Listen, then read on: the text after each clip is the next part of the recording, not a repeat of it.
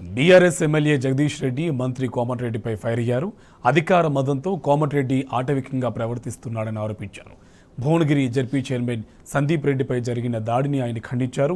రక్షించాల్సిన పోలీసులే సందీప్ రెడ్డిని నెట్టేయడం దారుణమని జగదీష్ రెడ్డి ఆవేదన వ్యక్తం చేశారు. పోలీసులు కూడా అత్యుత్సాహం ప్రదర్శిస్తున్నారు. ఎట్లా ముట్టుకుంటాడు, ఎట్లా చేస్తాడు వాడు. ఒక జడ్పీ చైర్మన్ క్యాబినెట్ హోదాలో కార్యక్రమంలో పాల్గొంటే సందీప్ రెడ్డి ఏమైనా ఒక మాట ఏమన్నా బూత్ మాట్లాడిందా, ఏమైనా దాడి చేసిందా? ఏమన్నాడు?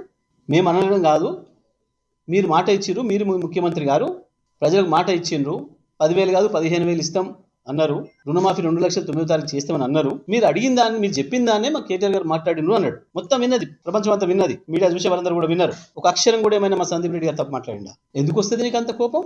ఎందుకంత అధికార మదం? నీ అధికార మదాన్ని అంచడం పెద్ద సమస్య కాదు, ప్రజలు అంచేస్తారు. నువ్వు ఇష్నూరు దొరకంటే, నిజాం కంటే పెద్దవాళ్ళం అనుకుంటారు మీరు ఎవరికి వాడు. కానీ నల్గొండ జిల్లా చైతన్యం ఉందట, మీరు దేనికి పనికిరారు.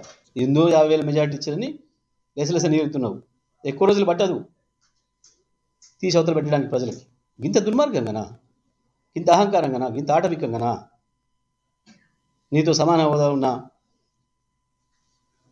ఒక నాయకుడిని, ఒక ప్రజాప్రతినిధిని నీ ఇష్టం వచ్చినట్టు అగౌరవంగా మాట్లాడుతూ, పోలీసులు ఉన్నారు కదా నాకు అని చెప్పి పోలీసుల్ని, నీ కుక్కల్ని, నీ కార్యకర్తలతో కూడా నీ గుండాలని తెచ్చుకున్న గుండాలని ఉసిగొల్పి ఒకటి మీద దాడి చేస్తావా? ఇటువంటి అహంకారం మానుకోవాలి. నేను పోలీస్ కమిషనర్, డీజీపీ కూడా విజ్ఞప్తి చేస్తా ఉన్నా, మొత్తం వీడియోలని పరిశీలించండి.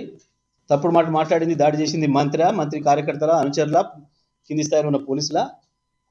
సరైన చర్యలు తీసుకోవాల్సిన బాధ్యత మీ పైన ఉందని చెప్పి కూడా నేను వాళ్ళకి విజ్ఞప్తి చేస్తా ఉన్నా. పోలీసులు కూడా